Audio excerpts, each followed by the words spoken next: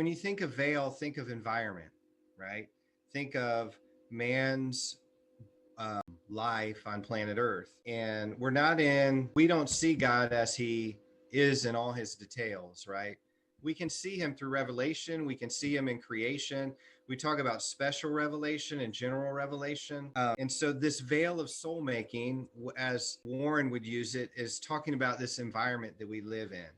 And we're here, and Warren would call this a probationary period, right? So what's it mean when a person's on probation, Damien? That they're on some kind of restriction for a certain amount of time. Right. So, a person who's on probation would be a person who has committed a crime, and part of their probation may be, hey, you can't leave the county without letting your probation officer know. So probation has to do with this moment of engagement with a probationary authority, if you will. And in life, we live in this vapor for just a moment. We're here for just a little while. We live, if we're blessed, by reason of strength, 80 years, and then we fly away, and we may not make it that long. God only knows. It's appointed unto man once, to die, and after that, the judgment. Life is as a vapor, the Bible talks about. So we're in this veil of soul making. That is, we suffer because God is trying to bring us from sin to grace and glory, right? And we empathize and we hurt with people who are suffering because he wants them to go from sin to grace and glory. And so this idea of the veil of soul making is, you're right, Damien, as you pointed out, it's not this veil covering, it's living in the valley, if you will, living in the valley of life.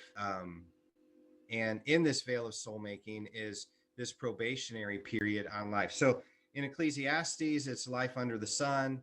And so that's a very biblical expression for this veil of soul making. So I want us to see that in the discussion of free will, that what Warren will argue is that the world is ideal in the sense that God, in his sovereignty, right, in his rule and in his reign, has created this world and allowed suffering to exist to take us from sin to grace and glory. And so when we say the best of all possible worlds, what that means is that according to God's estimation, he would desire that people freely choose forgiveness, salvation, grace and glory over sin, suffering, death, and hell. We have some choice in that. So that's what they're talking about when they talk about soul making and this veil of soul making. It refers to planet Earth and a place where the intellectual, moral, and spiritual sensibilities of human creatures exist and are challenged by evil. And so further, it seems that when we arrive at the description of a world in which man could best live as a free and responsible person, that description fits the world we presently live in. It is one which provides man's basic needs. It is teleological. Teleological means it has an end.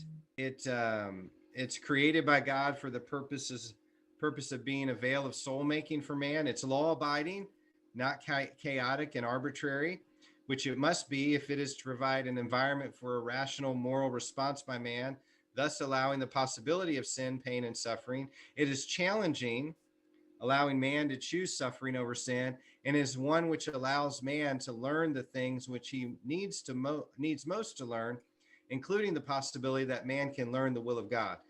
So statements like this by Warren and the degree to which he takes them are just wonderful